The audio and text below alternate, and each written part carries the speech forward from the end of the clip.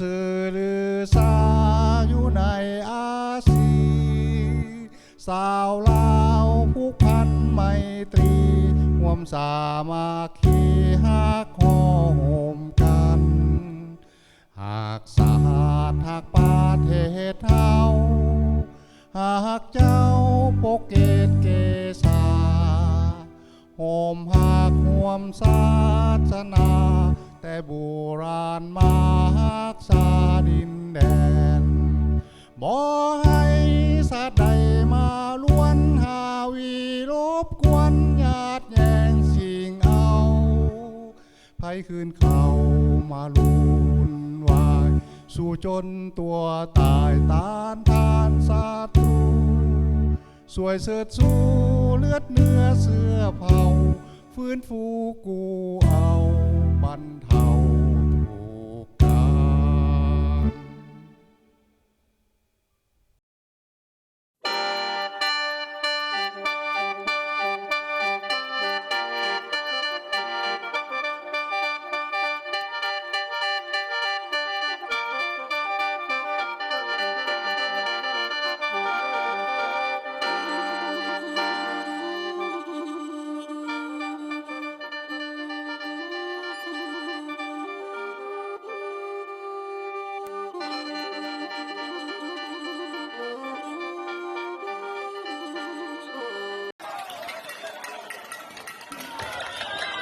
como una hora. Ya la corriente.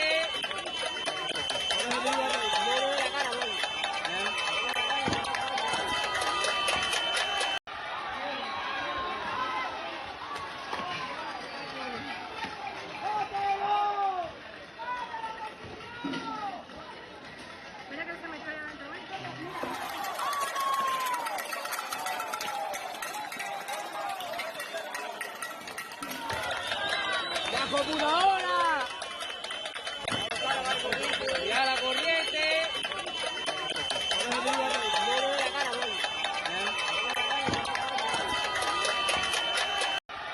Como hoy, en el 1902, la bandera cubana ondeó por primera vez sobre un país independiente. Pero sé que hoy ustedes, quienes llaman a la isla su hogar, atraviesan dificultades inimaginables. Hoy quiero compartirles la verdad sobre el motivo de su sufrimiento y quiero contarles lo que nosotros en los Estados Unidos le ofrecemos para ayudarlos no solo a aliviar la crisis actual, sino también a construir un futuro mejor. La razón por la que se ven obligados a sobrevivir 22 horas al día sin electricidad no se debe a un bloqueo petrolero por parte de Estados Unidos. Como ustedes saben mejor que nadie, llevan años sufriendo de apagones. La verdadera razón por la que no tienen electricidad, combustible ni alimentos es porque quienes controlan su país han saqueado miles de millones de dólares, pero nada ha sido utilizado para ayudar al pueblo. Hace 30 años, Raúl Castro fundó una empresa llamada GAESA. Esta empresa es propiedad de las Fuerzas Armadas y está operada por ellos y cuenta con ingresos 3 veces superiores al presupuesto de su gobierno actual. Hoy, mientras ustedes sufren, estos empresarios tienen 18,000 millones de dólares en activos y controlan el 70% de la economía de Cuba. Obtienen ganancias de hoteles, construcciones, bancos, tiendas e incluso del dinero que sus familiares le envían desde Estados Unidos. Todo pasa por sus manos. De esas remesas, ellos retienen un porcentaje, pero de las ganancias de GAESA, nada llega a ustedes. En vez de usar el dinero para comprar petróleo, como todos los otros países del mundo, dependieron del petróleo gratis de Hugo Chávez y Maduro para quedarse con el dinero. Pero ahora que dejó de llegarles el petróleo gratis, ellos compran combustible para sus generadores y sus vehículos, mientras que el pueblo se les pide que se sacrifiquen. En vez de usar el dinero para mantener y modernizar las centrales eléctricas que están dañadas, usan el dinero para construir más hoteles para extranjeros y para enviar a sus familiares a vivir con lujos en Madrid e incluso hasta aquí en Estados Unidos. Hoy, Cuba no está controlada por ninguna revolución. Cuba está controlada por GAESA, un estado dentro del estado que no rinde cuentas a nadie y acapara las ganancias de sus negocios para beneficios de una pequeña élite. Y el único rol que desempeña el llamado gobierno es exigirle a ustedes que sigan haciendo sacrificios y reprimiendo a cualquiera que se atreva a quejarse. El presidente Trump ofrece una nueva relación entre Estados Unidos y Cuba, pero tiene que ser directamente con ustedes, el pueblo cubano, no con Gaesa. Primero estamos ofreciendo $100 millones en alimentos y medicinas para ustedes, el pueblo, pero tiene que ser distribuido directamente al pueblo cubano por la Iglesia Católica o otros grupos caritativos de confianza, no robados por Gaesa para que lo vendan en sus tiendas. Pero al pueblo cubano no le interesa la caridad permanente. Ustedes quieren la oportunidad de vivir en su propio país, como viven sus familiares en Estados Unidos o en otros países del mundo. Hoy, desde los medios de comunicación hasta el entretenimiento, desde el sector de los negocios hasta la política, desde la música hasta los deportes, los cubanos han llegado a la cima de prácticamente todas las industrias, en todos los países, excepto uno, Cuba. Hoy en Cuba, solo aquellos cercanos al élite de Gaesa o que forman parte de ella pueden tener negocios rentables. Pero el presidente Trump ofrece una nueva vía entre Estados Unidos y una nueva Cuba. Una nueva Cuba donde ustedes, los cubanos de a pie, no solo Gaesa, pueda ser dueño de una gasolinera o de una tienda de ropa o de un restaurante. Una nueva Cuba donde ustedes, no solo Gaesa, pueden abrir un banco o tener una constructora. Una nueva Cuba donde ustedes, y no solo el Partido Comunista de Cuba, pueda ser dueño de una estación de televisión o de un periódico. Una nueva Cuba donde pueda quejarse de un sistema que falla sin temor a ir a la cárcel o ser forzado a irse de su isla. Y una nueva Cuba donde tengan la oportunidad real de elegir a quienes gobiernan su país y votar para reemplazarlos si no están haciendo un buen trabajo. Esto no es imposible. Todo esto existe en las Bahamas, en la República Dominicana, en Jamaica e incluso a tan solo 90 millas en Florida. Si ser dueño de su propio negocio y tener el derecho al voto es posible alrededor de Cuba, ¿por qué no es posible para ustedes dentro de Cuba? En Estados Unidos estamos listos para abrir un nuevo capítulo en la relación entre nuestra gente y nuestros países. Y actualmente, lo único que se interpone en el camino hacia un mejor futuro son quienes controlan su país. สวัสดีท่านผู้ชมรายการอยู่ในขณะนี้รายการที่ท่านชมอยู่ในขณะนี้เป็นรายการเจาะปัญหาซอกหาทางออกเป็นรายการข่าววิจารณ์ของพวกเขานำเสนอโดยองค์การพันธมิตรเพื่อประชาธิปไตยและลาวจากสหรัฐอเมริกาอ่ะอาทิตย์นี้อีกก็เช่นเคยพวกเขาคณะจัดทำของเขาก็มี3 คนก็มีท่านไมโครแพงดีจากเมืองเซนดิเอโกแคลิฟอร์เนียและท่านจอห์นซีมันนีวันจากเมืองร็อกกิงแฮมรัฐนอร์ทแคโรไลนาก็ได้เข้ามาพบกับท่านอีกเช่นเคยขอให้เชิญท่านสุภาพบุรุษทั้งสองถามข่าวๆผู้ที่ตามรายการของพวกเขาซะก่อนเขาจะนำเสนออ่ารายการของเนื้อในของข่าวของเขาการวิจารณ์ของเขาในมื้อนี้ขอเชิญเด้อ โอเคก็ขอถามสวัสดีท่านประธานวราคำสุขเนาะและท่านศรีมณีวันแล้วก็พร้อมด้วยสมาชิกของพันธมิตรเอ่อจากสหรัฐอเมริกาและก็พ่อแม่พี่น้องผู้ฟังสมฟังข้าพเจ้าไมเคิลแพงดีจากเมืองซานดิเอโกรัฐแคลิฟอร์เนียแรงมื้อนี้เฮาก็มาพบกันตามเคยในรายการของพวกเขาคือเจาะปัญหาซอกหาทางออกเนาะ เอาก่อนจะเข้ารายการก็ขอเชิญท่านจันทรีถามสบายดีผู้ฟังส้มมาฟังก่อนโอเคเอาขอเชิญท่านจันทรี ขอบใจก่อนอื่นค่ะขอทักสบายดีท่านวันละคำสุขประธานพันธมิตรประชาธิปไตยในลาวจากสหรัฐอเมริกาสบายดีท่านไม่กลัวเพียงดีรองประธานพันธมิตรประชาธิปไตยในลาวจากสหรัฐอเมริกาข้าพเจ้าจันทรีมณีวันอยู่รัฐนอร์ทแคโรไลนาสหรัฐอเมริกาขอทำสบายดีพ่อแม่พี่น้องในประเทศลาวและทั่วโลกนี้ที่ติดตามรายการขององค์การพันธมิตรประชาธิปไตยในลาวจากสหรัฐอเมริกาพวกเขาก็มีโอกาสมาออกรายการเพื่อประเทศชาติบ้านเมืองของพวกเขาว่ามันเป็นแนวใดพวกเขาก็พยายามหาเวลาออกมาเพื่อเป็นห่วงเป็นใยพ่อแม่พี่น้องลาวอยู่ประเทศลาวของเขามัน นอนการคิดบีบบังคับมานี่50กว่าปีแล้วพวกเขาก็ยังเว้ายังว่าให้พอเพื่อประเทศชาติบ้านเมืองอยู่เด้อเอาขอบใจขอบใจรายการเจาะปัญหาซอกหาทางออกนำเสนอโดยองค์การพันธมิตรเพื่อประชาธิปไตยในลาวจากสหรัฐอเมริกาดังที่เราได้เว้าเนี่ยประกาศอยู่เรื่อยๆแม่นพวกเขาเป็นปากเป็นเสียงนำเอาข่าวการเคลื่อนไหวต่างๆอยู่ทางในของเราของพวกเขาสภาพการบ้านเมืองการเศรษฐกิจ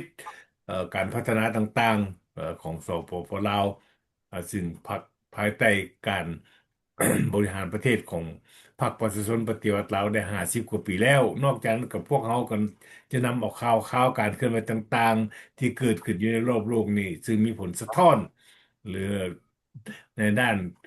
ความมั่นคงหรือความเจริญต่างๆก้าวหน้าต่างๆอยู่ในโลกนี้เพื่อนำมาเสนอเพื่อให้ผู้ที่ตามรายการของพวกเขาทั้งพี่น้องที่ตาม อยู่ในลาวในแล้วก็ลาวนอกทั่วโลกเนี่ยให้ฟังนำกันเป็นรายการประจำสัปดาห์เป็นรายการบ่แม่นว่าหารายได้เด้อแล้วก็มีให้ถึงซื้อจ้างเจ้าบอยมีแต่อาสาสมัครทั้งหมดเนี่ยพวกเฮานี่ที่มานั่งอยู่นี่มื้อนี้นะท่านมันก็เป็นดีท่านจะสิอันน่ะพวกเฮามีหยังเนาะสิมาเว้ากันมันประธานอยากนะอันน่ะของสำคัญเกี่ยวกับบ้านเมืองของเฮาคันว่าอยู่ในลาวของเฮานี่นะ มีอย่างใดสำคัญน่ะอยากจะเว้าก่อนบ่มีอย่างบ่อ่าที่เว้าเรื่องราวกันบ่หรือแนวใดเออเออก็อยากเว้าเรื่องราวนะข้าพเจ้าคิดว่ามันมีเหตุการณ์หนึ่งสำคัญที่เกิดขึ้นในปัจจุบันนี้เรื่องข้าพเจ้าคิดว่าเป็นรายการหรือข่าวสำคัญนี่มันเกี่ยวกับอนาคตของประเทศที่นำเอานโยบายสังคมนิยมนี่มาปกครองประเทศนี่ล่ะอยู่ในนั่นน่ะเวลานี้ในมื้อนี้นี่ข้าพเจ้าเห็นเหมาะสมข้าพเจ้าอยากจะเว้าน้อยหนึ่งเกี่ยวกับเรื่องคิวบานะหลังจากเพิ่นได้ เปลี่ยนเป็นสังคมนิยมมาไล่ตั้งแต่มือเพิ่นตั้งสังคมนิยมมาจนฮอดมื้อนี้ได้มีกำหนดได้แล้ว67 ปีมันมีการเปลี่ยนแปลงทางด้านการเมืองการเศรษฐกิจหลายแนวที่ว่าเป็นข่าวแต่ว่าหากบ่มีการเสนอสนองเท่าที่ควรเขาก็คิดว่าอยากเอาเรื่องนี้มาเว้านี่เขาก็จะคิดว่า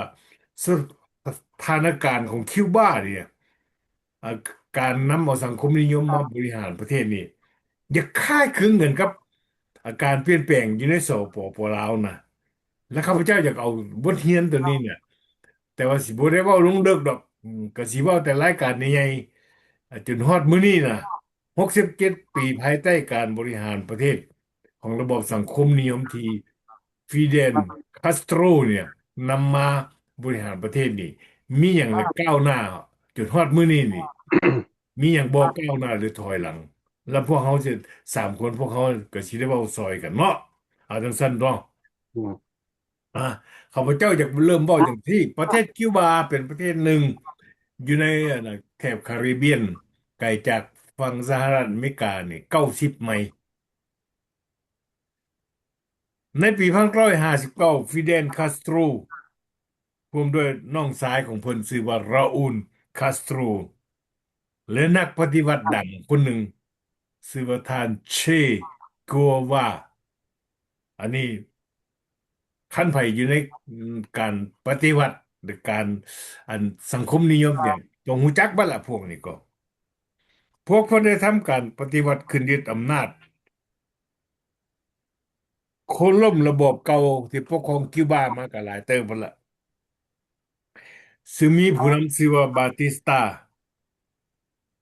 หลังจากคาสโตรผมได้พวกสามารถสักสวนประชาชนในประเทศได้ลุกฮือขึ้นขับไล่ผู้นำของคิวบาสมัยนั้นชื่อว่าบาติสตาและผู้เกี่ยวเองก็ได้เอาตัวหลบหนีออกจากนอกประเทศออกจากคิวบาไปในปี1979อันนั้น1959ก็ถือว่าแบบเดียวกันก็ลักษณะของพวกเขานี่แหละ 1975มีการค้นล้มแล้วพวกเขาก็ได้หนีออกมาทยอยกันออกมาคนลาวเป็นแสนๆอุดมการณ์ที่คณะปฏิวัติพวกนี้เนี่ยนำขึ้นมาใช้อยู่กับประเทศคิวบา มาประกาศสักส่วนประชาชนขึ้นนั่นเพิ่นบอกว่าในสมัยนั้นนั่นประเทศของคิดว่าถูกปกครองที่ขาดความยุติธรรมระบบเก่าเน่าเหม็นข่มเหงประชาชนขาดความยุติธรรมนายทุนกดขี่ข่มเหงประชาชนก็สามารถมีความสำเร็จได้ล่ะขึ้นกับอำนาจคือกันกับ1975เริ่มแต่1959เป็นต้นมาคาสโตรได้นำลัทธิคอมมิวนิสต์มาปกครองประเทศคิวบาเป็นสังคมนิยมเต็มตัวโดยมีอดีตเมื่อก่อนห้องสหภาพโซเวียตให้ความช่วยเหลืออยู่เบื้องหลังในสมัยสงครามเย็นประเทศคิวบาในระยะนั้นอาศัยการช่วยเหลือจากประเทศสังคมนิยมดำเนินการบริหารประเทศตามแบบสนับสนุนแบบฉบับอุดมการณ์สังคมนิยมอย่างเคร่งครัดมีรัสเซียก็มีประเทศสังคมนิยมอื่นประเทศจีนและประเทศอื่นที่อยู่ในข่ายของสังคมนิยมอยู่เบื้องหลังให้การสนับสนุนสู้ช่วยเหลือคิวบาเป็นต้นมาคาสโตรกำอำนาจมาแล้วขึ้นมาแล้วบ่มีแบบการเปลี่ยนแปลงภายขึ้นแย่งอำนาจของคาสโตรได้เลยจนฮอดปี2006คาสโตรแก่ตัวแก่สราเป็นพญาติเฮ็ดเวียกบ่ได้สุขภาพบ่อำนวยแก่สราเฒ่าแล้วคาสโตรจึงทรงทอดอำนาจนี้ให้แก่น้องชายชื่อว่าราอูล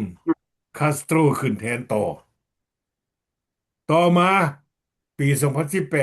2018ราอูลคาสโตรผู้น้องชายนี่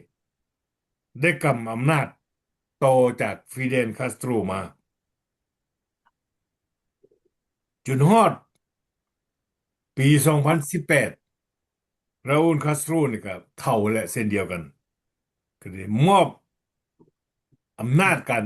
ปกครองในบริหารนี่ให้แก่ผู้นำผู้ใหม่ก็เคยเป็นสมาชิกพรรคของเขาเจ้าน่ะชื่อว่ามิเกลไดเอสคาเนลบริหารประเทศจนฮอดปัจจุบันนี้นับแต่มือคิวบาสถาปนาตนเป็นสังคมนิยมโดยเมดคาสโตรนำเอามาบริหารประเทศท่านเขาเจ้าได้ตั้งหน้าตั้งตามีนโยบายทั้งการเมืองการทหารการเศรษฐกิจต่างๆนี่คัดค้านเป็นศัตรูกับสหรัฐอเมริกาถ้าจะไล่ได้มันมีความยาวสำเร็จถ้าจะไล่ขึ้นหลังแล้วนั่นเป็นจำนวนของประธานาธิบดีสหรัฐนี่ถึง12 คนในว่า12 คน67 ปี69 ปีของการขึ้นกับอำนาจสังคมนิยมอยู่ในคิวบารวมคันสิว่าระยะเวลาของสหรัฐเปลี่ยนประธานาธิบดี12 คนนะแต่ว่าอยู่ในคิวบาเปลี่ยนแต่คาสโตรกับน้องชายแล้วก็ผู้ปัจจุบันนี้ราอูล3 คนเท่านั้นก็มาเบิ่งเอาเด้อ69 คนพ่อแม่พี่น้องประชาชนลาวของเราที่ติดตามรายการ12ประธานาธิบดีของสหรัฐเริ่มต้นได้ตั้งแต่เป็นประธานาธิบดีไอเซนฮาวเวอร์ตอนนั้นนั่นเพิ่นคิดแต่หลังจากคาสโตรนี่คิวบานี่วางตัวเป็นศัตรูเป็นลูกมือของรัสเซียและของประเทศสังคมนิยมที่พยายามที่แพร่ภายลัทธิสังคมนิยมอยู่ในอเมริกาใต้อยู่ในคาริบเบียนอเมริกาจึงคิดว่าระบบสังคมนิยมของคาสโตรนี่เป็นศัตรูแน่นอนกับสหรัฐอเมริกาเพิ่นจึงได้มีนโยบายควมบาตรเอมบาโกเนี่ยนะประธานาธิบดีไอเซนฮาวเวอร์บ่ทันเวลาแต่ว่าเพิ่นได้ต่อมาเป็นประธานาธิบดีจอห์นเอฟเคนเนดีจึงนำเสนอญัตติเข้าสภาควมบาตร ประเทศคิวบาในปี1962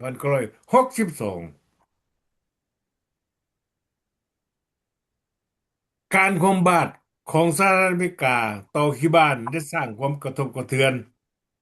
มายังเศรษฐกิจคิวบาอย่างแสนสาหัสจนทุกๆประธานาธิบดีก็ได้ถือการแซงชั่นนี้มาตลอดจนฮอดวาระของประธานาธิบดีโดนัลด์ทรัมป์นี่ยกสองเด้ถึงยกที่หนึ่งกับบนได้เห็นอย่างไรยกที่สองนี่โดนัลด์ทรัมป์เพิ่นได้เพิ่มทวีความ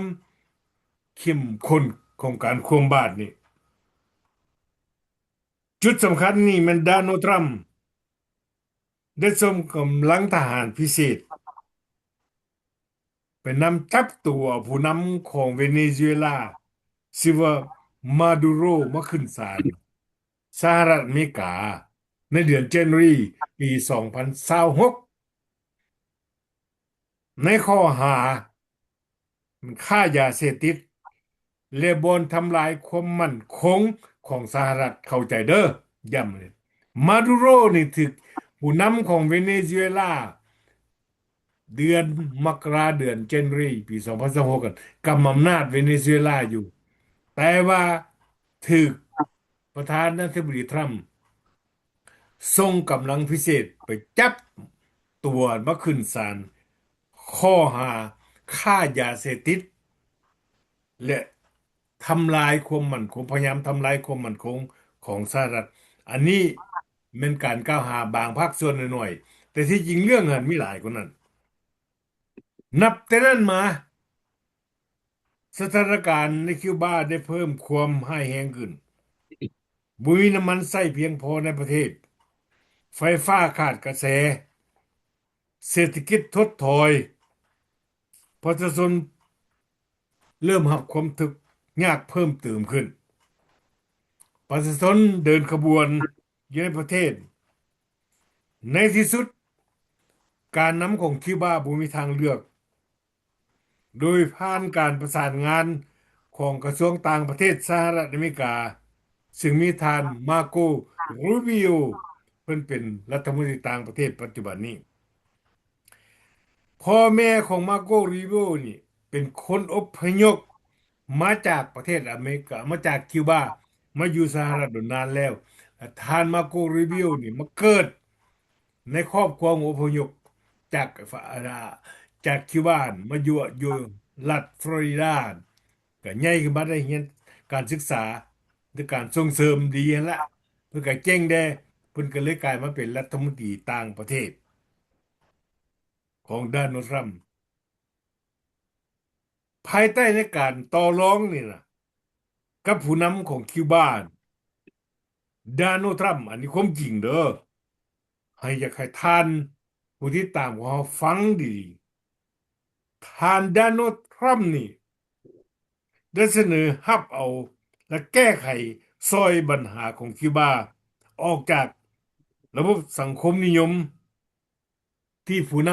ำเก่าฟิเดลคาสโตรนำมาปกครองประเทศ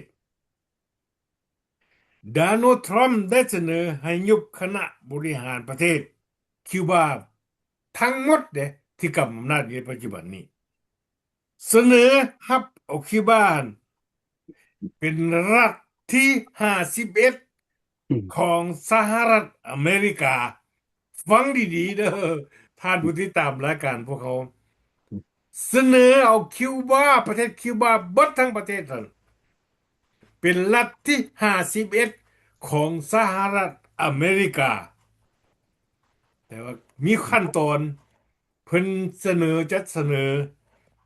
ให้รัฐสภาสหรัฐเป็นกฎหมายรับผ่านเอาประเทศคิวบาเป็นรัฐที่51ผลกำไรผลได้ของประชาชนคิวบาจะมีหยังเกิดขึ้นก็บ่มีหยังเกิดขึ้นประชาชนคิวบาจะกลายมาเป็นประชาชนอเมริกันเป็นอเมริกันซิติเซนภายใน90มื้อการเป็นซิติเซนเป็นคนประชาชนอเมริกันนี่ก็ มันมีความสามารถเข้าถึงการช่วยเหลือสังคมต่างๆเหมือนประชาชนคนอเมริกันทั่วไปอันนี้ข้าพเจ้าเน้นนักเว้าซ่าๆให้รู้จักเข้าไปอืมเมื่อข่าวเนี่ยประกาศแพร่ออกมาทางการนำของคิวบาปัจจุบันเสียหน้าหลายปฏิเสธว่าคิวบาบ่รับการเสนอของอเมริกาฟังเบิ่งเด้คันประชาชนบ่มีข้าวกินละอย่าคือกันกับอยู่ในสถานการณ์อยู่ในสปปลาวบ่พี่น้องลาวในประเทศท่านเป็นก็เพ่งดีท่านจังสิจื้อไว้เด้อเฮามายกคำถามกันแล้วตีราคากันน้ำหลังเมื่อข่าวนี้ประกาศออกมาแพร่แตกออกมาทางการนำของคิวบาปฏิเสธประกาศว่าคิวบานี่จะดำเนินต่อสู้9 เดือนสังคมนิยมอยู่ต่อไป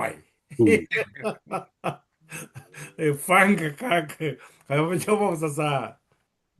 ฟังเบิ่งแล้วนะบ่แตกต่างหยังกับคณะกรรมค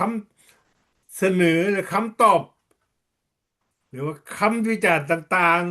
ๆของคณะกรรมอำนาจอยู่ในลาวปัจจุบันโดยเฉพาะมันทานทองรุ่นสีสุฤทธิ์ทุกๆโอกาสเพิ่นมีเพิ่นได้เว้าว่าลาวกำลังก้าวกระโดดขึ้นสู่สังคมนิยมในวัยนี้อันนี้เพิ่นเว้าเองเด้เราได้ยินเสียงที่ว่าอัดออกมาแล้วเพิ่นเว้าอืมทั้งที่ระบอบสังคมนิยมปัจจุบันนี้กำลังก้าวถอยลงอย่างบ่เป็นขบวนล่มละลายกันไปเกือบแต่ละประเทศทีละเล็กทีละน้อยหลายสิบประเทศแล้วข้อมูลต่างๆนี่ข้าพเจ้าได้แกะออกมาจากอินฟลูเอนเซอร์หรือยูทูบเบอร์ผู้หนึ่งชื่อว่า Victoria Stone Global ผู้เกี่ยวมีการคอนเน็กกับขั้นสูงของรัฐบาลอเมริกันแล้วรู้จักปัญหาของคิวบาดีรู้จักการเคลื่อนไหวของท่านรูบิโอในนามรัฐบาลของสหรัฐอเมริกาซึ่งพยายามจะแก้ไขปัญหาความทุกข์ยากของคิวบานี่สดสวยประชาชนคิวบาเดี๋ยวนี้อเมริกาเสนอเงิน$100 ล้านซอยรัฐบาลคิวบาแต่มีคันดิชันหนึ่งว่าเงินจำนวน100 ล้านนี้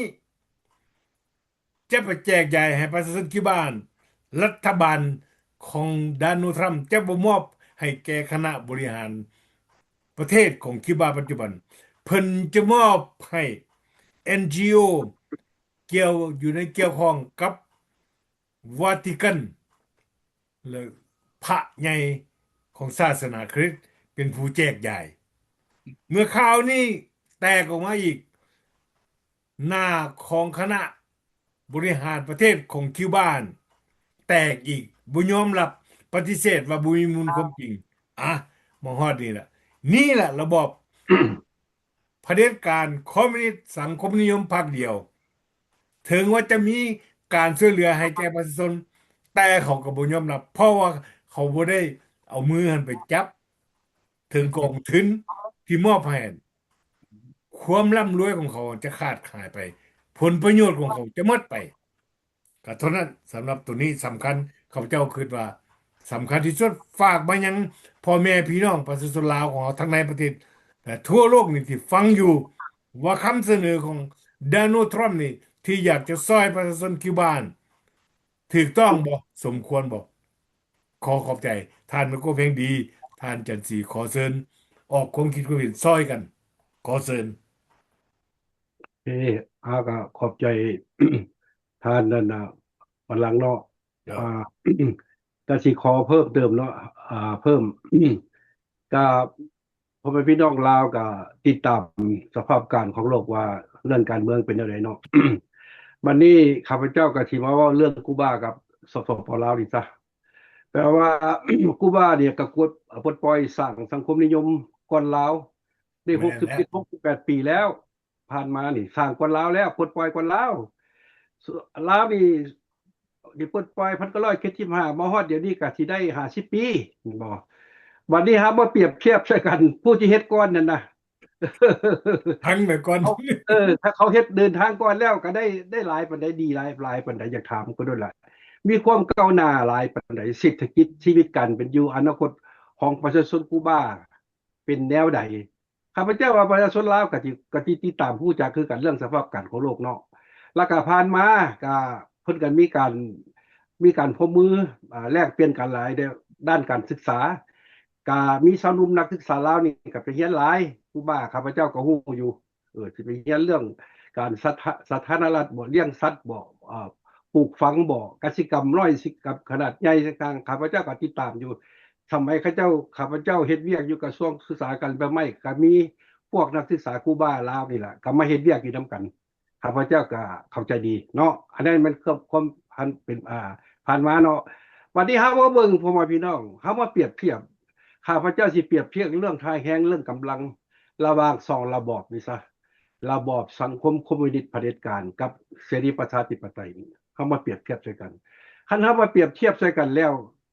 สภาพการคู่มือเดี๋ยวนี้นี่เป็นนั้นมันก็บ่สู้เสรีประชาธิปไตยทุกสิ่งทุกอย่างทายแฮงเรื่องการเงินการทุนการศึกษาวิทยาศาสตร์เทคโนโลยีแม่นอยู่ฝ่ายเสรีประชาธิปไตยไปก่อนเบิดพ่อแม่พี่น้องบ่ว่าอื่นดอกไก่คือคู่มือนี่ล่ะโซเชียลมีเดียนี่เป็นของไผ Google บ่ต่างๆเนาะ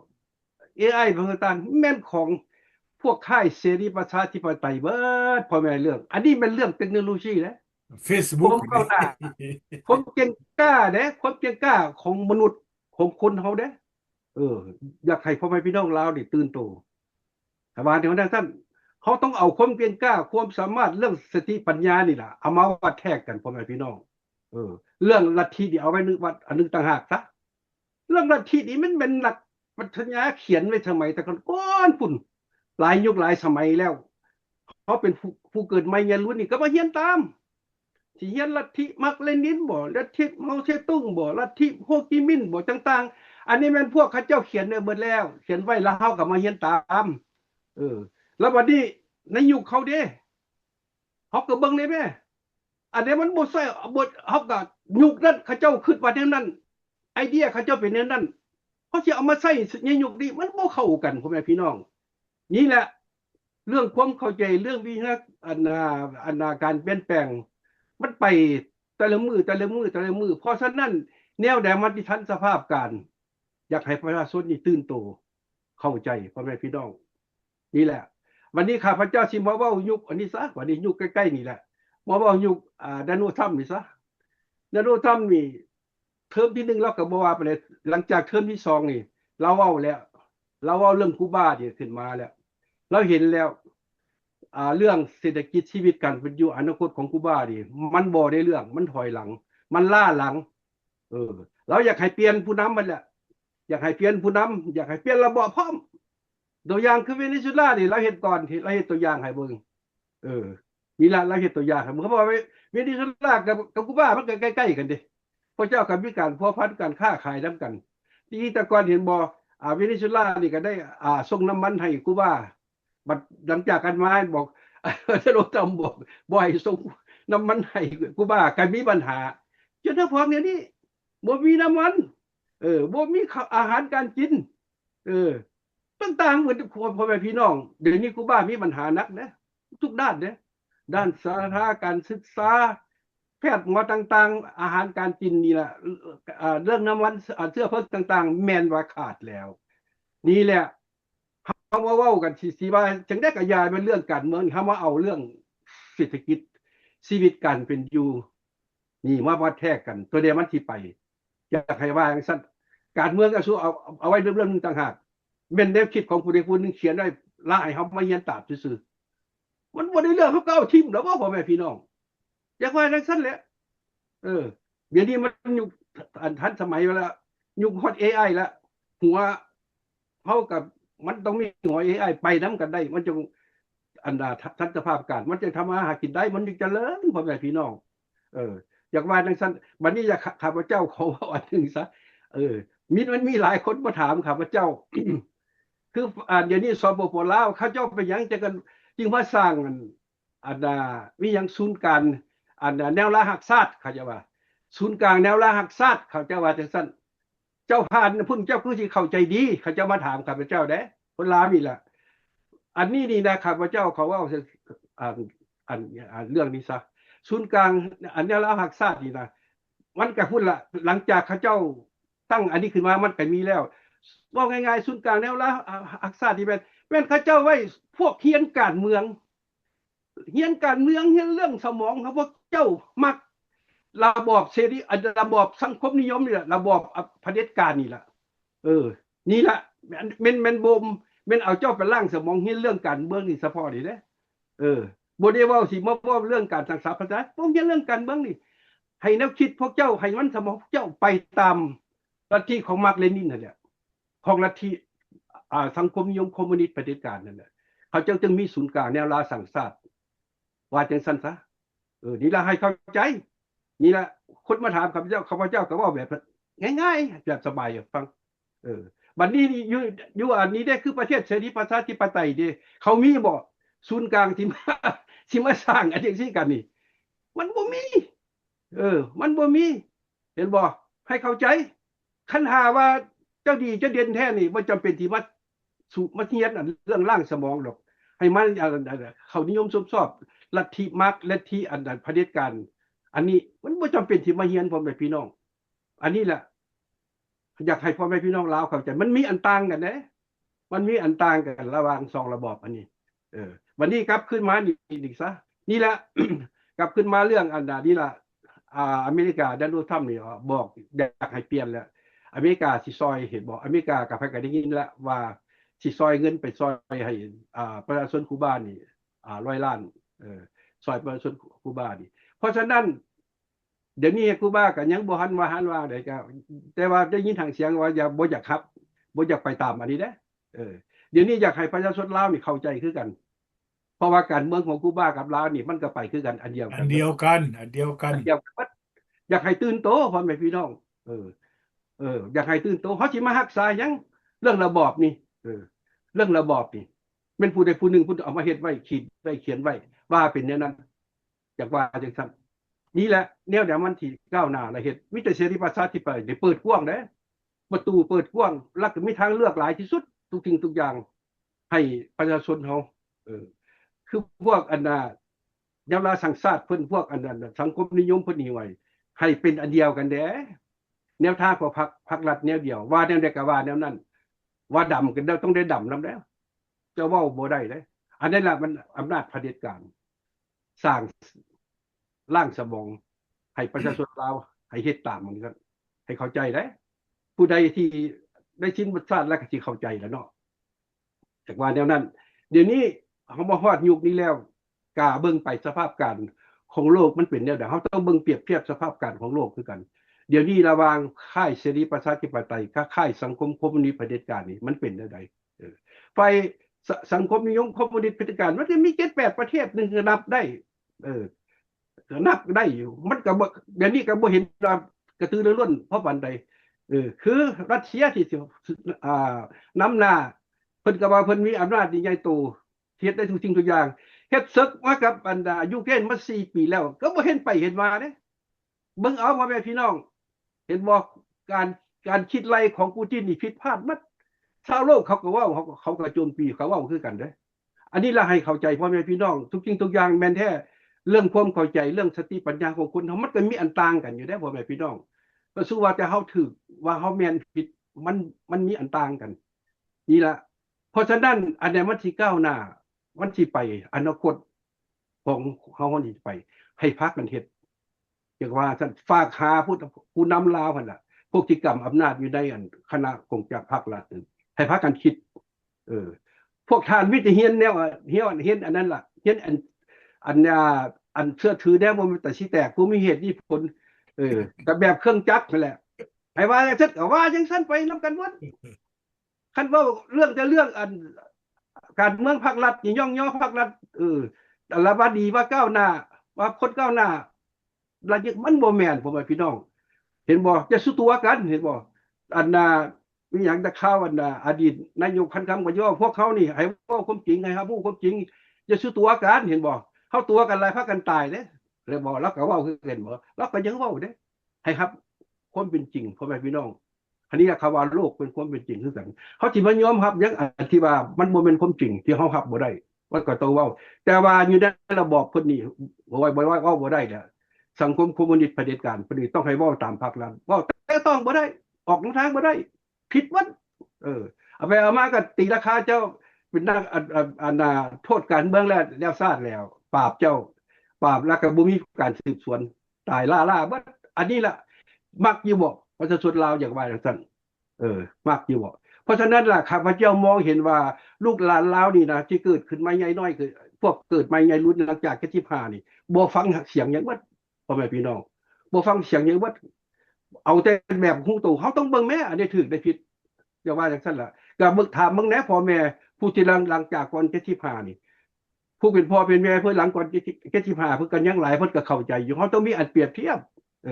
บ่ว่าอื่นนอกไกลล่ะให้เปรียบเทียบไทยได้เลยล่ะการเมืองลาวกับการเมืองไทยแต่ก่อน75ก็คือกันนั่นแหละอยากว่าจังซั่นล่ะอยากให้พ่อแม่พี่น้องลาวเข้าใจเพราะว่ามันก็ดีนะนึงอยู่ที่ว่ามันมีไทยหั่นที่ว่าติดชายแดนกับลาวสปปลาวก็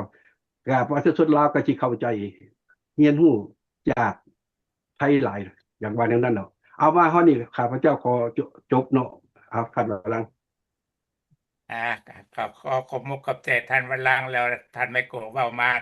เรื่องอันคิวบาแล้วก็เปรียบเทียบกับ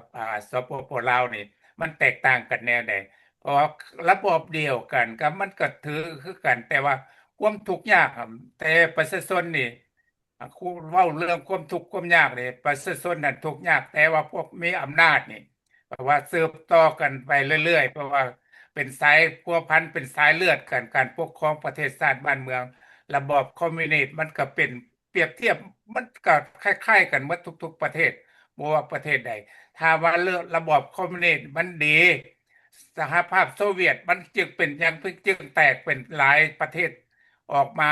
ให้พ่อแม่พี่น้องลาวหั่นให้คิดเบิ่งว่าหรือว่าผู้นำลาวหั่นให้มีสมองมีปัญญาเบิ่งว่าระบอบเสรีประชาธิปไตยกับระบอบคอมมิวนิสต์มันแตกต่างกันแนวใด แต่ละประเทศความเจริญความสีวิไลซ์มันมาจากไสมันคือว่าพวกสปปลาวเฮ็ดเวียกปัจจุบันนี่แหละเป็นหนี้เป็นสินเอาประเทศชาติบ้านเมืองไปขายจำนองจำนำต่างประเทศไปหมดแล้วประชาชนหาอยู่หากินก็บ่ได้ปัจจุบันนี่คันเปรียบเทียบกันคิวบาคนคิวบาหั่นก็รู้มาอยู่อเมริกานี่หลายแล้วอยู่อันฟลอริดาหั่นก็มีแต่พวกคิวบาทั้งหลาย แต่ว่าท่านทำเสนอให้เป็นรัฐที่51ประชาชนคิวบากันข้าพเจ้าคิดว่าข้าเจ้าสิดีใจหลายเพราะว่าพวกข้าพเจ้าก็เคยไปพบพวกคิวบาอยู่วอชิงตันก็พวกนี้ก็บ่มักคิวบาหลายถ้าผู้นำคิวบามาอเมริกามันสิฆ่าทิ่มมันว่าแนวนั้นเด้อเพราะว่าอันนี้มันก็มีความจริงแท้แล้วว่าพวกคิวบามาแล้วกับถ้าว่าประชาชนนั่นได้มาอยู่อเมริกาแล้วก็เป็นคุกประชาชนอเมริกาได้เฮ็ดเวียกเฮ็ดงานทำแล้วก็มีอยู่มีกินแต่ประเทศชาติคนอยู่ในป่านคิวบาอ่ะมีแต่ทุกข์ยากแต่วันน้ำมันอาหารการกินก็ได้อาศัยต่างประเทศเขาเจ้าหรือว่าน้ำมันก็ออกจากเวเนซุเอลาหรือเป็นข้าวเป็นน้ำเป็นหยังทุกสิ่งทุกอย่างแล้วก็ได้การช่วยเหลือจากต่างประเทศอันนี้ถ้าว่าการเปลี่ยนแปลงถ้าว่าประเทศคิวบาประชาชนเอาประชาชนมาเป็นหลักกันครับเจ้าคิดว่าประชาชนน่ะอยากเป็นพลเมืองของอเมริกาอยู่ในโลกนี่บ่มีประเทศใดที่ว่าเว้าบ่อยากเป็นอเมริกานะขึ้นกับอเมริกาจากระบอบอเมริกานี่แปลว่ามันไปทั่วโลกหมดแล้วเขาเจ้าเบิ่งมันทุกๆประเทศอยู่ในโลกนี่ขนาดว่าบางคนที่ว่าสนับสนุนของพรรคคอมมิวนิสต์ว่าอเมริกานี่บ่ดีไปกวนบ้านนั่นเมืองนี่ประเทศนั่นประเทศนี้อันนี้มัน ถ้าพวกเจ้าบ่มีการเดือดร้อนแล้วอเมริกาก็บ่ได้ไปแตะต้องหยังพวกเจ้าแต่ละประเทศนั่นถ้ามีการเดือดร้อนอเมริกาเป็นผู้เบิ่งทั่วโลกนี่ให้พ่อแม่พี่น้องที่ว่าสปปลาวหั่นหรือว่าผู้นำสปปลาวหั่นมีหูมีตาเบิ่งโลกเขาให้มันกว้างๆไปได้สร้างพลเมืองให้ประเทศชาติบ้านเมืองให้มีความเจริญสีวิไลถ้าพวกท่านยังสิเอาเปรียบเทียบขึ้นดวงดาวหรือว่าวิตคมทุกข์ยากอะ มันแห่งทุกข์ยากไปตลอดให้พ่อแม่พี่น้องเอาความที่ว่าเพิ่นสร้างสาพัฒนาต่างๆอันเพิ่นเอาสิขึ้นสู่ดวงดาวอันพวกท่านก็ได้ยินแล้วตัวอันได้ฟังแล้วการเปรียบเทียบต่างๆอันหรือว่าการอ่าได้ให้ไปายสีหรือว่ารัฐบาลเว้าหยังบ่ถูกเพิ่นก็ให้ประชาชนเว้าคืนได้แต่ว่าเว้าแล้วก็ได้รับโทษรับนั่นตามหลังอันนี้ มันเป็นถือเป็นความแด่พ่อแม่พี่น้องพอใจแล้วบ่ถ้าพวกพ่อแม่พี่น้องต้องเบิ่งว่าโลกนี่เขาเปลี่ยนแปลงไปในแดตัวใดมันดีนู่นก็ควรว่าติดตามแล้วเบิ่งไปตัวใดมันดีก็นำพาให้ประเทศชาติบ้านเมืองให้ประชาชนได้อยู่ดีกินดีมีเวียกเฮ็ดงานทำถ้าว่าตัวอย่างเนาะก็คืออันเวียดนามเขาเจ้าก็ยังเปลี่ยนแปลงการระบบการปกครองเขาเจ้าคือเก่าแต่ ความปฏิบัติหันเขาเจ้าเปลี่ยนเปลี่ยนไปหลายอันแต่ว่าอเมริกากับเวียดนามมันเป็นเป็นศัตรูน้ำเบอร์หนึ่งกันแต่เขาเจ้าเปลี่ยนแปลงมาแล้วการช่วยเหลือต่างๆอันมันก็ขึ้นอยู่เอ่อกับผู้นำของพวกท่านเองถ้าพวกท่าน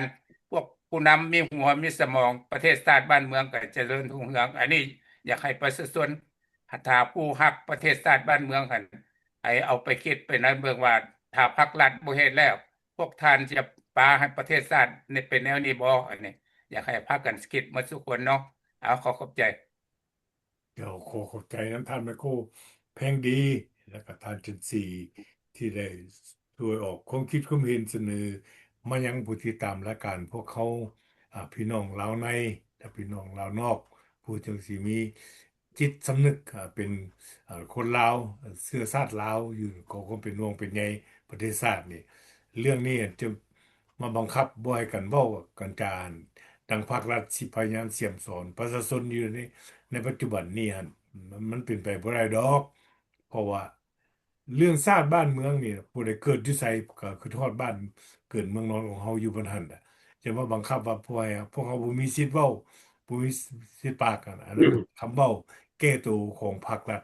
ซึ่งบ่มีปัญญาหรือก็สามารถที่จะรับรู้ความเป็นจริงที่เกิดขึ้นอยู่ในผืนแผ่นดินลาวหั่นได้แล้ว ข้าพเจ้าจะขอย้ำอีกมีคนถามมาว่าระบบสังคมนิยมนี่มันก้าวหน้าแล้วก็ล่มละลายไปมันมีประเทศใดๆท่านผู้ชมทางบ้านที่เคารพอีกครั้งหนึ่งสหภาพโซเวียตเนี่ยนะนำเอาระบบสังคมนิยมนี่ก็ปุ้นขึ้นยึดอำนาจเนี่ยคือกันกับอันกรณีของเมืองลาวของคิวบาเนี่ยคือกันนั่นแหละเออ สตาลินขึ้นยึดอำนาจจับพระเจ้าซาร์เข็นฆ่าครอบครัวเจ้าชีวิตของอันน่ะ กษัตริย์ของรัสเซียซึ่งเป็นกษัตริย์ที่มีความยิ่งใหญ่ในประวัติศาสตร์ของรัสเซียเองเอาอำนาจสังคมนิยมนี่เข้ามาบริหารประเทศปี1917ลักษณะที่ว่าอุดมการณ์เป็นห้องว่ามาร์กซิสเลนินิสสังคมนิยมโอ้ประกาศสื่อเสียงก้องดังทั่วโลกละมีอาวุธยุทโธปกรณ์มีเครือพันธมิตรเป็นสิบประเทศหลายขยายตัวอย่างแข็งแรงเลยกับพี่ละก็ดังมอดพี่ละโซโปลาวเมืองลาวพี่ละแต่ว่า ระบบดังกล่าวเนี่ยก็ว่าจะสร้างสาพัฒนาประเทศให้เจริญก้าวหน้าหุ่งเรืองแข่งกันครับนายทุนแหละลีกนายทุนในตะกี้ไหนประนามนายทุนไหนอ่าแต่ว่า1991ระบบสังคมนิยมซึ่งเป็นรัสเซียเองเป็นเจ้าตำราได้เพพังลงนั่นแหละข้าพเจ้าจึงบอกว่าระบบสังคมนิยมนี่เป็นระบบที่ว่าล้าหลังมาดูนานแล้วถอยหลังมาดูนานแล้วหลายประเทศที่นำเอามาเฮ็ดมาปฏิบัตินี่ก็เสียเวลาไปกับเพพังไปต่อมาหลังจากสหภาพโซเวียตเพพังแล้วก็ ประเทศต่างๆที่มีระบบสังคมนิยมอยู่ในยุโรปตะวันออกก็เปลี่ยนตัวปีนระบอบประอาณาปกครองบริหารประเทศตัวมาสู่ระบอบเสรีประชาธิปไตยสู่เท่าสู่มือนี่ประเทศสุดท้ายที่มีการเปลี่ยนแปลงจากการนิยมสังคมนิยมนี่ซีเรียเนี่ยก็ได้เปลี่ยนเวเนซุเอลาก็ได้เปลี่ยนเอ่ออืมคิวบาต่อไปก็กำลังสิเปลี่ยนต่ออืมไปบาดนี้มาอืมเบิ่งเอาต่อไปอันนี้อืมเป็นความคิดหนึ่งเด้อที่พวกเขานำมาเสนอให้กล้อง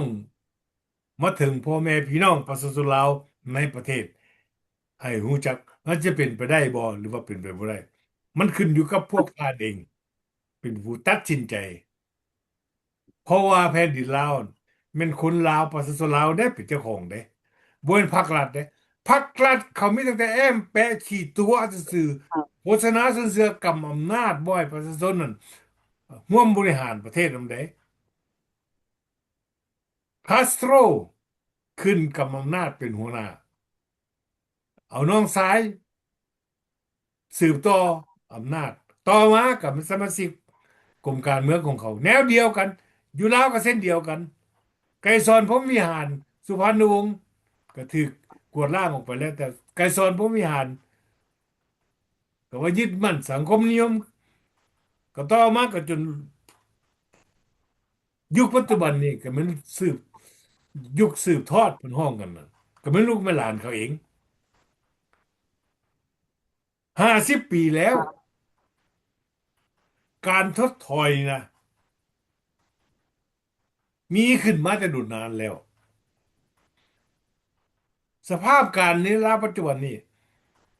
เป็นการสะสมความผิดพลาดของการบริหารประเทศท่านการใช้สิทธิ์แบบบ่มี ความรู้สึกถึงความเสียหายของชาตินั่นของพรรคประชาชนปฏิวัติลาวนั่นเขายังนำมาปฏิวัติบัตรอันอยู่ถ้าเขาเปลี่ยนแปลงอะนะหมายเขามว่าเขาจะหมดสิทธิ์หมดอำนาจหมดผลประโยชน์ของเขาเองเขาจึงพยายามทุกเล่ห์เหลี่ยมทุกวิธีการสืบต่อกำอำนาจนี้อยู่ต่อไปถึงแม้ว่าประเทศชาติจะล่มจม ประชาชนทุกข์ยากมันบ่เป็นเรื่องที่ว่าเขาเป็นห่วงเด้อพ่อแม่พี่น้องประชาชนลาวเขาเฮ็ดซุมื้อนี้แม่นแก้ผ้าเอาหน้ารอดซื่อๆหนาเท่านั้นเขาสนใจแต่อำนาจนั่นล่ะอำนาจจอมปลอมอำนาจที่ว่าบ่มีความเที่ยงธรรมอำนาจอันเนี่ยก็อำมหิตของเขาล่ะเขาเปลี่ยนบ่ได้ดอก จึงสละพวกเขาข้าพเจ้าเองจึงได้นำเอาข่าวการเสนอของสหรัฐอเมริกาโดยแม่นประธานาธิบดีโดนัลด์ทรัมป์เป็นผู้ได้ปรึกษาหารือได้กับสนาคนเชื้อชาติคิวบันเชื้อชาติอเมริกันที่อยู่รัฐฟลอริดานี่มีหลายเด้มีถึง1,700,000 คนผู้ใดผ่านผู้ที่ตามรายการพวกเขาเอ่ย 1,700,000 คนนี่ก็ถ้าเทียบใส่ประชาชนคนเชื้อชาติอันคิวบันแล้วของในประเทศแล้วมันจำนวนเกือบ1/10เด้สำคัญที่สุดเด้1/10เด้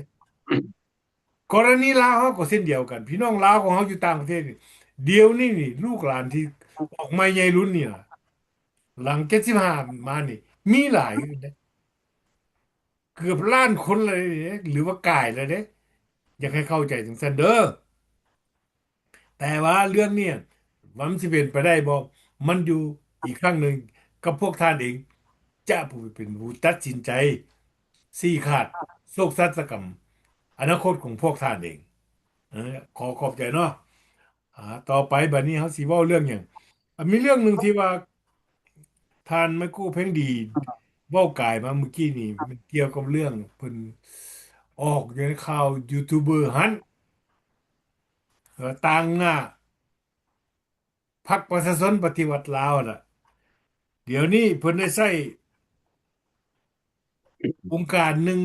คือว่าเขาเจียวแล้วก็กงจักรลักแรงอ่ะการบริหารประเทศจะชื่อว่าศูนย์กลางแนวร้าวสร้างชาติเดี๋ยวสั่งสาดเรียนบ่ทันมันก็เป็นตัวนี้ตัวเรียนละเรียนเออละเดี๋ยวนี้นี่เพิ่นพยายามอยากเล็งแน่หน่อยหนึงออกหน้าออกตามันใช่คนลาวที่ได้หนีออกจากประเทศบัดแต่หลังจาก1975หลังจากคนขึ้นยึดอำนาจมา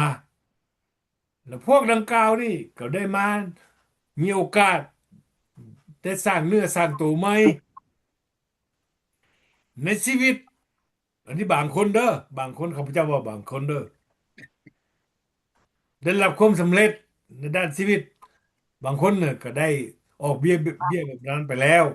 มีครอบมีครัวมีลูกมีเต้าได้รับการศึกษาส่งเสริมดีแต่ว่าบ่แม่นพรรคประชาชนปฏิวัติลาวมาส่งเสริมเพิ่นเด้อแม้นประเทศต่างๆที่เพิ่นอาศัยอยู่นี่เด้อยู่อเมริกาอยู่ฝรั่งเศสอยู่แคนาดาหรือว่าอยู่ญี่ปุ่นที่ไสก็ตามประเทศที่รับอพยพมานี่อย่าเข้าใจผิดเด้อันนี้นี่เป็นเรื่องหนึ่งที่ข้าพเจ้าอยากจะเว้าให้ทานผู้ที่ตามรายการพวกเขาลาวในและก็ลาวนอกโดยเฉพาะพวกลาวนอกนี่ล่ะพวกที่ยังหลงทางอยู่นะบ่เข้าใจประวัติศาสตร์ตัวเองลืมประวัติศาสตร์ตัวเองเนี่ยเข้าใจเด้อเดี๋ยวนี้นี่การเคลื่อนไหวของพวกท่านน่ะแล้วแต่ท่านหรอกอันนั้นมันสิทธิเสรีภาพของท่านประเทศประชาธิปไตยเด้แต่ว่าข้าพเจ้าอยู่อเมริกานี่เป็นคนสัญชาติลาวเชื้อชาติลาวสัญชาติอเมริกันแต่ว่าถือกฎหมายอเมริกันอยากเตือนอันนึงอ้างอิงตามกฎหมายของกระทรวงยุติธรรมสหรัฐอันนี้ข้าพเจ้าเว่าบุคคลเด้อที่อยู่อเมริกาสัญชาติอเมริกาเนี่ยถ้าผู้ใดหากแสดงตนเป็นต่างหน้าหรือเป็นโค้ชกต่างหน้าให้รัฐบาลโซปปลาวพวกท่านได้จดถูกต้องตามระเบียบกฎหมายแล้วบ่กฎหมายตัวนั้นของกระทรวงอันนั้นยุติธรรมสหรัฐห้องว่า FARA FARA แปลว่า Foreign Agent Registration Act แม่นพนักงานเฮ็ดเวียกให้ต่างประเทศถ้าท่านบ่มีได้จดชื่อดังกล่าวนั้นพวกท่านแม่นฝ่าฝืนกฎหมายเด้อผู้ที่รู้จักคนอยู่อเมริกานี่ข้าพเจ้าเว้าอยู่คนอเมริกาประเทศอื่นอาจจะคือกันแต่ข้าพเจ้าบ่เห็นผู้ใดออกหน้าออกตาเทื่อแต่ถ้ามื้อใดเห็นออกหน้าออกตาข้าพเจ้าเองข้าพเจ้าเองโลดในนามเป็นพลเมืองดีของอเมริกันจะได้ซอยให้เจ้าหน้าที่บ้านเมืองเพิ่นรู้จักบ่อนอยู่หรือชื่อของพวกท่านอยู่ไสอันนี้เป็นเรื่องความจริงเด้อบ่แม่นครูจะขอห้องเว้าสร้างผลประโยชน์ให้ท่านเองเพื่อความปลอดภัยของท่านเองเพราะว่าทางสิ่งใดที่ท่านผิดกฎหมายเฮ็ดผิดกฎหมายที่ข้าพเจ้าเห็นมาผิดกฎหมายถ้าข้าพเจ้าบ่รายงานเจ้าหน้าที่บ้านเมืองก็แปลว่าข้าพเจ้ามีส่วนหู้ร่วมคิดกับพวกท่านขอประกาศขอดังกล่าวนี้ถึงผู้นั้นล่ะถ้าบ่ได้เฮ็ดแล้วก็มีลักษณะนั้นซั่นล่ะขอขอบใจท่านมันก็ยังดีท่านจะสิมีหยังบ่อยากจะเพิ่มเติมจะขอเพิ่มหน่อยนึงเนาะ ผู้ใดก็ที่เห็นข่าวแล้วเนาะอยู่ในอันFacebook ผู้ใดก็เบิ่งคือกันเบิดมันก็มีที่ว่าพวกนิยมซุ่มซ่อมฝ่ายสปปลาวก็เมืองลาวเนาะเขาก็เห็นนํกันจากอเมริกากับรัฐอยู่รัฐแคลิฟอร์เนียนี่ก็มีเมืองฝรั่งก็มีแคนาดาก็มีเมื่อละไปห้องขอให้ลาวนอกนี่ขึ้นเมื่อสร้างสาพัฒนาเพิ่นว่าเพิ่นเห็นเป็นตัวแทนตัวแทนคนลาวอยู่ต่างประเทศเพิ่นว่าแนวนั้นเออบัดนี้ครับพระเจ้าอยากขอ เว้าให้พ่อแม่พี่น้องลาวเข้าใจนํกันว่า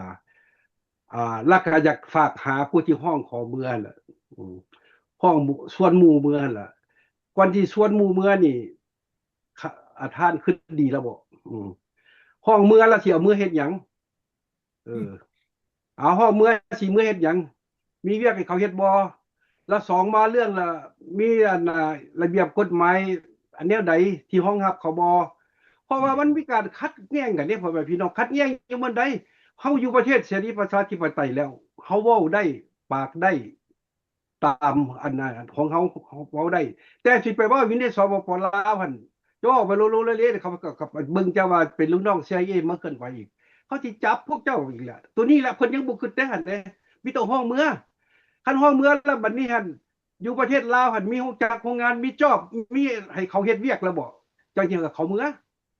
เออคันทานห้องเมือละล่านี่แปลว่าท่านยังบ่ได้ศึกษาจังว่าห้องละล่าเว้าซื่อๆอันนี้ล่ะให้พ่อแม่พี่น้องคือลาวคือกันเด้ เออคือเมื่อแล้วมันสิมีผลกระทบจังบ่ด้านแนวคิดเรื่องการเมืองบ่เรื่องการทำมาหากินบ่เรื่องเสรีภาพเฮาบ่เป็นแนวใดให้คิดคือคักบ่แม่นข้าพเจ้าห้ามเลยแต่ว่าให้คิดคือคักซะก่อนแล้วผู้ที่ห้องหมู่เมืองก็คิดคักๆซะก่อนบัดนี้คันที่ห้องหมู่เมืองท่านมีใบหนังสือแต่งตั้งจากภาครัฐแท้บ่หรือว่าเนี่ยเอามาโชว์ให้คนลาวมึงดูอยู่ต่างประเทศนี่ว่าท่านเป็นหัวหน้าอันนั้นคนลาวอยู่ต่างแดนแท้ข้าพเจ้านี่ขนาดว่าข้าพเจ้าก็อยู่แคลิฟอร์เนียนี่ข้าพเจ้ายังบ่รู้จักท่านซ้ำข้าพเจ้าฟังเสียงนี่ก็เป็นท่านที่มันอยู่พวกคนลาวสูงลาวมุ่งพุ่นแหละขึ้นมานี่ข้าพเจ้าก็อยู่แคลิฟอร์เนียก็42ปีแล้วอยากว่าจังซั่นแหละข้าพเจ้าเบิ่งท่านเว้าแถลงการณ์ท่าน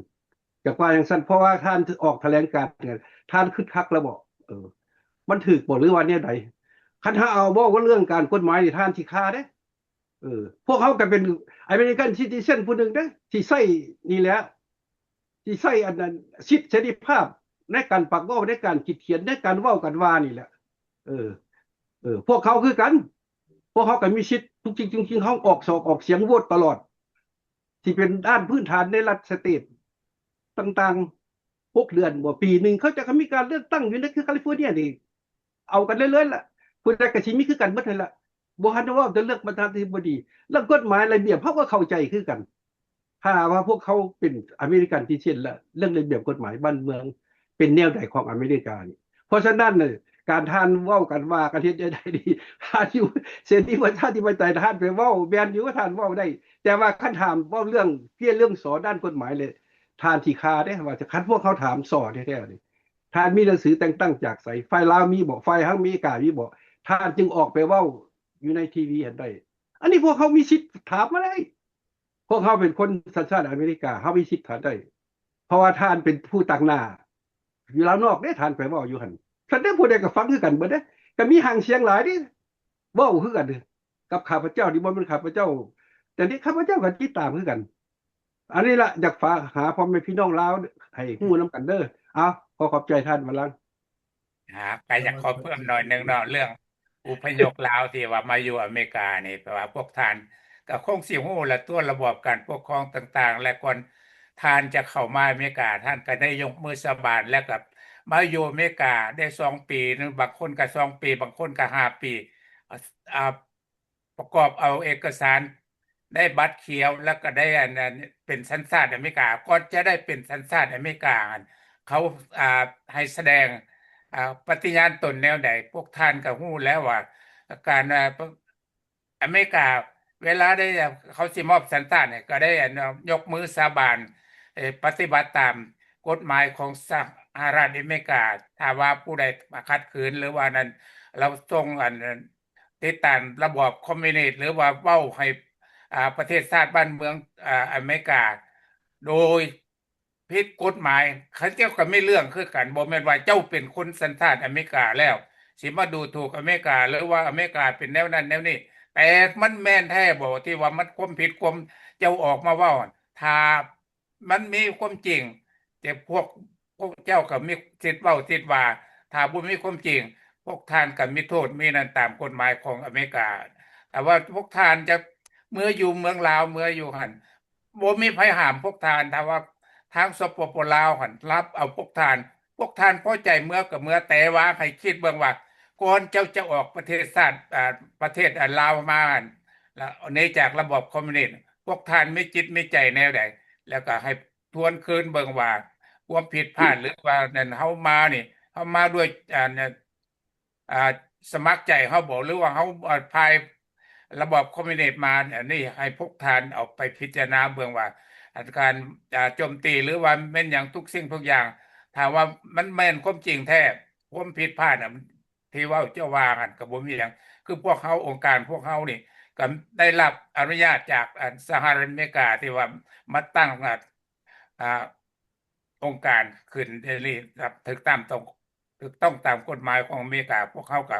ได้มาออกมาเว้ามาว่าแต่ว่าอยู่ในขอบเขตของกฎหมายของอเมริกาในขอฝากขอฟัง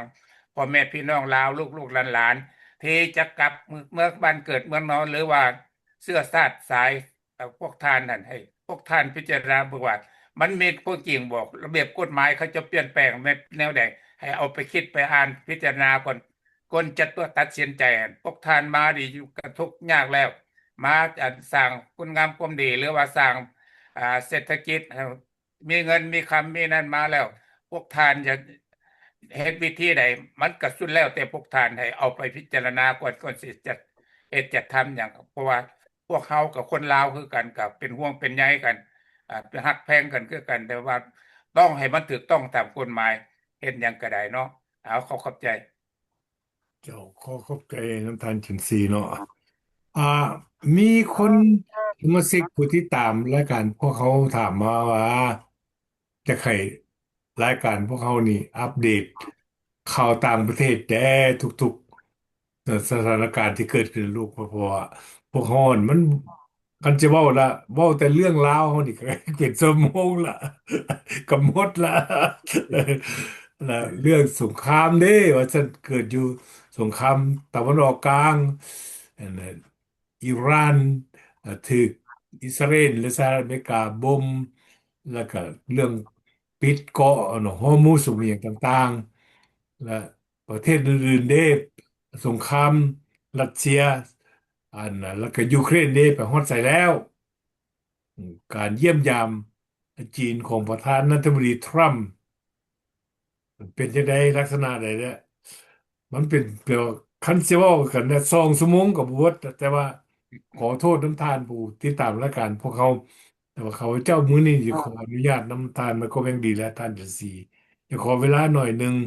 อธิบายและให้อัปเดตเกี่ยวกับสงครามเกิดขึ้นระหว่างรัสเซียและยูเครนที่ผ่านมานี่เพิ่นว่าอยู่ในขั้นไหนแล้วมันคือมิดเงียบแท้บ่ได้มิดเงียบเด้อ อืมสงครามยังดูเดือดอยู่คือเก่าโดยเฉพาะปีนี้นี่วันที่9 พฤษภาเดือนเมษที่ผ่านมานี่แมันแต่ละปีรัสเซียเคยสู้รบกับเยอรมันนาซีเยอรมันในปี1940ปลายจนฮอดปี1945รัสเซียทหารกำลังรัสเซียพร้อมด้วยพันธมิตรกับตอนนั้นก็มีสหรัฐอเมริกาได้มีอังกฤษได้มีฝรั่งเศสได้หัวเมือนรบเร็วกับนาซีฮิตเลอร์น่ะจนในที่สุดกองทัพรัสเซียในประเทศรัสเซียได้สู้รบกับนาซีแล้วก็ได้นำไสยสละมาสู่ประเทศตัวเองหั่นล่ะในวันที่9 เดือนเมษายนปี1945แต่สงครามดังกล่าวนี่ห้องว่าสงครามนั้นระหว่างสงครามโลกครั้งที่2นี่แม่นคนรัสเซียทหารรัสเซียประชาชนรัสเซียตาย27 ล้านคนเด้27 ล้านคนมันไม่นน้อยๆนี่ล่ะเมื่อวันที่9นี่ทุกๆปีทางรัสเซียทางสหภาพโซเวียตล่ะเมื่อก่อนน่ะแต่นี้มันเป็นรัสเซียแล้วจึงถือวันดังกล่าวนี่เป็นวันระลึกถึงไสยสละ เด็ดขาดกับกองกำลังของนาซีของฮิตเลอร์นี่ก็พร้อมด้วยและนึกถึงดวงวิญญาณของประชาชนชาวรัสเซียจำนวน27ล้านคนที่เสียชีวิตปกป้องพื้นแผ่นดินปฐภูมิของรัสเซียอันนี้เป็นในประวัติศาสตร์ที่ผ่านมาแล้วรัสเซียเองก็ได้ปฏิบัติหรือว่าการเฉลิมฉลองนี่มาทุกๆปีการเฉลิมฉลองทุกๆปีนี่มีความสำคัญหลายรัสเซียถือว่าเป็นวันสำคัญโดยเฉพาะเมื่อนั้นมันได้จัดทหารกองกำลังต่างๆทหารบกทหารอากาศมาเดินสวนสนามรถเกาะรถถังจรวดต่างๆที่รัสเซียเฮ็ดขึ้นผลิตขึ้นเอาออกมาอวดมาอ้างมาโชว์ว่ารัสเซียเป็นประเทศมหาอำนาจในโลกนี้แข็งแกร่งที่สุดบุ้ยไผจะเทียบได้ภายใต้แนวนโยบายนำพาโดยระบอบสังคมนิยมแต่ว่าปีนี้2026วันที่9เดือนพฤษภา2026การปฏิบัติแสดงการเดินสวนสนามทั้งทหารแสดงอาวุธยุทโธปกรณ์ทหารจำนวนพันจำนวนแสนเครื่องบินจำนวนเป็นร้อยๆพันคันบ่มีหายสาบสูญไปเพราะว่าอย่างเพอย้อนสงครามรัสเซียกับยูเครนนั่นเองท่านผู้ที่ตามรายการพวกเขาอยู่ในกลุ่มของที่สนับสนุนรัสเซียหันกับว่ารัสเซียเป็นประเทศที่ว่าเด็ดขาดอาวุธยุทโธปกรณ์ปราบบัดทุกสิ่งทุกอย่างมือไฟต้านทานได้เฮากลับคืนมาถามคำถามเบิงรัสเซียหรือปูตินผู้นำรัสเซียพร้อมด้วยคณะกำลังอำนาจของเขาเองตัดสินส่งกำลังทหารจำนวนแสนคนเข้าบุกรุกจะยึดเอาประเทศยูเครนโดยเฉพาะยึดเอาเมืองเอกก่อนเมืองกีฟก่อนประกาศว่าสงครามนี้จะเป็นสงครามสั้นๆที่สุด3 มื้อจะยึดประเทศยูเครนได้ทั้งประเทศท่านผู้ที่ตามรายการของพวกเขาแมนแท้มือตะมิดทันรัสเซียเข้ามาแบบที่ว่าบ่ได้เตือนภัยเลยยูเครนบ่ได้เตรียมตัวในขั้นปีตะมิดจะต่อสู้กับรัสเซียอยู่แต่แผนการสู้รบของรัสเซียอ้างว่าแผนปฏิบัติพิเศษทางทหาร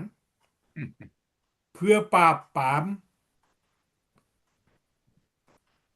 คนนาซีคนที่อาศัยอยู่ยูเครนแต่ที่จริงแล้วมันบ่มีมูลความจริงแต่ที่จริงแล้วมันแผนการที่จะเข้ายึดเอายูเครนทั้งหมดท่านซึ่งปัจจุบันนี้สงครามเมื่อก่อนนั้นรัสเซียได้รับเปรียบสามารถยึดเอาได้หลายบอนหลายทีแต่เดี๋ยวนี้สนามรบได้ปีนทับคืนรัสเซียแล้วเริ่มจะเข้ายึดยูเครนเดือนเฟบรุรีปี2022มาหาปัจจุบันนี้ประชาชนการเสียหายของทหารยูเครนนั้นมีถึง1.3 แสนคนแล้ว1.3 ล้านคนแล้วคนที่เสียคนที่ตายคนที่ถูกบาดเจ็บและคนที่หายสาบสูญอยู่ในสนามรบยูเครนก็เสียหายเช่นหลายเช่นเดียวกันเด้ออืมนี่เป็นปัจจัยหนึ่งสำคัญที่กดดันบ่ให้รัสเซียสามารถ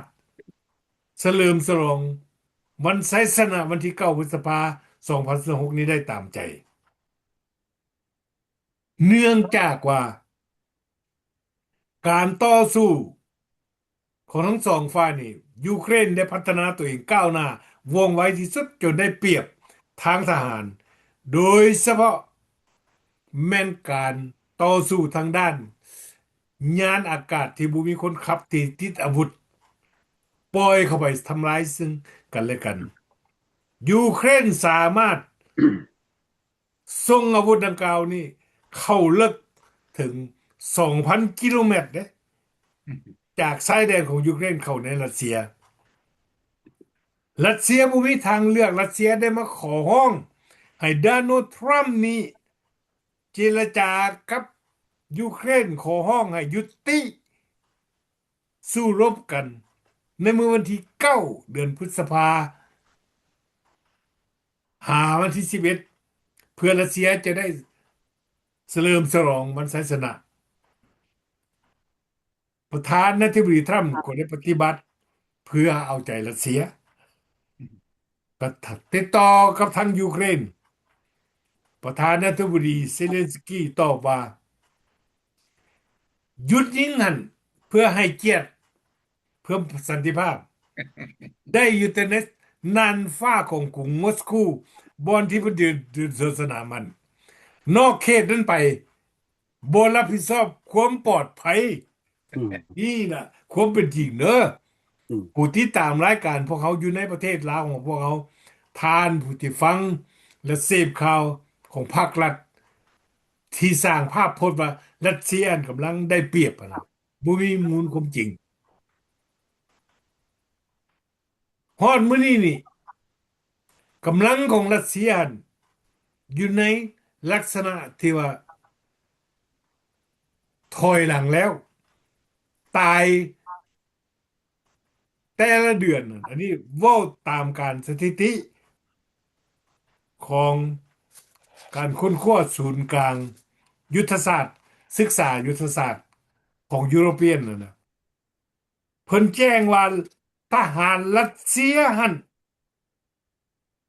ตายเดือนหนึงนี่30,000หา35,000 คนผู้ที่ตามรายการพวกเขาข้าพเจ้าบ่ได้แมันมาโฆษณาสนเสือแต่ข้าพเจ้าซอกเฟ้นเอาข่าวความเป็นจริง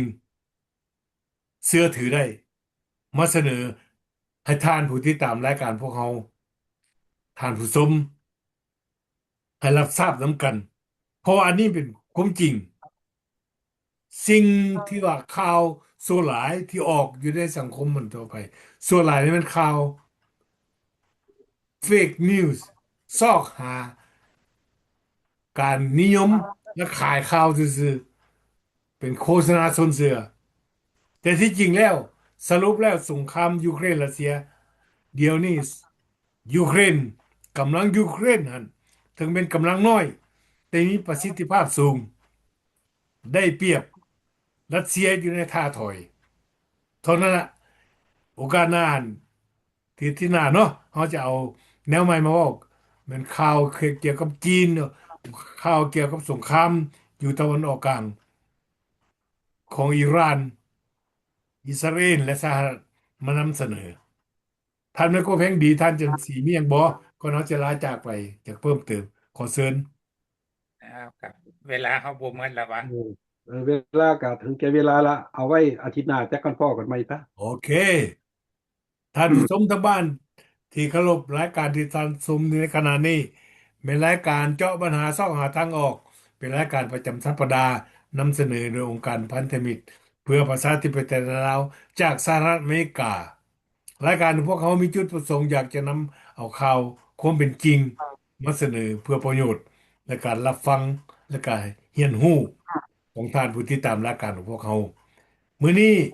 เวลาได้หมดลงแล้ว พวกเขาทั้งสามขอลาจากทานไปก่อนสุขสมหวังจงมีแด่ทานทุกทานสบายดี ท่าน บาย สบายดีบาย